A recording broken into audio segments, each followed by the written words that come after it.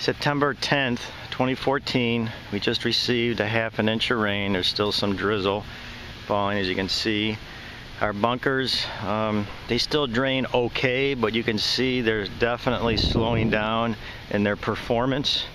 Over time, fines pollute the sand and prevent the water from moving through and into the drains. So you can see they're reaching that age where the water isn't draining nearly as well as it did, say, 5 years ago. So the dysfunction is going to continue to falter. But the main thing I wanted to show you here are the greens.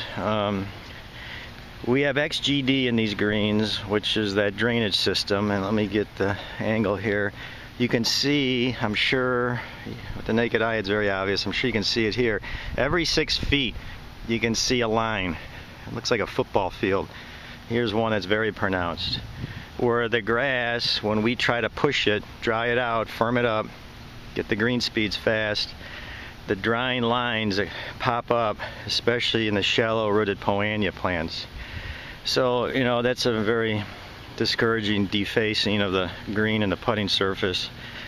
And the main thing I wanted to also show is that the XGD has helped us, but it did not cure the problem. What I mean by that is, here's our cup. You can see the water in there. This is very, very typical. Now in the past, after a ½ inch or greater rain event, this cup would be filled almost to the top. I'd say about to here with water. The XGD has effectively dropped our high water table, where our high sand content exists. From that point up, the XGD helps that drainage, but anything below that high sand top dressing layer, when you get back down into our high organic tight soils, the XGD does very little for us. Water does not move laterally to those drain lines. And you can see also that that cup is on a hill. We're on number 4 here. So I mean, that's not even a cup or a valley like some of our other greens, where it's even worse yet. So Juan is going to take a cup from right here. I think we all agree that this is a nice looking area. Turf looks pretty reasonable, okay. Healthy. Yeah, go ahead. And what I want to demonstrate here is what we have for roots. All summer long we've been fighting the shallow rooted poania. Go ahead. And oh, here we hit a sand vein where we put a drill and fill in. You can see the high sand vein that exists here to try to improve the soil, but we found that under our conditions that doesn't really work very well.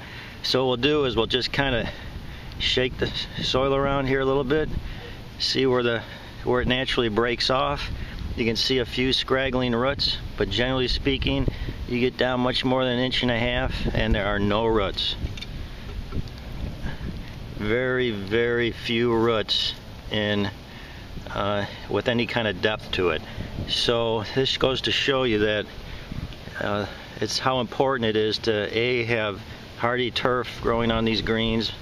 What we mean by that is bent grass and in lieu of poania, and have a root zone that just breathes well, so the roots can flourish in that root zone. Here you can also see a void from our vertidrain, where we also try to maintain avenues for the roots to easily travel. You've probably seen that machine out here before, punch into deep but small holes. Here is again that sand vein from drill and fill.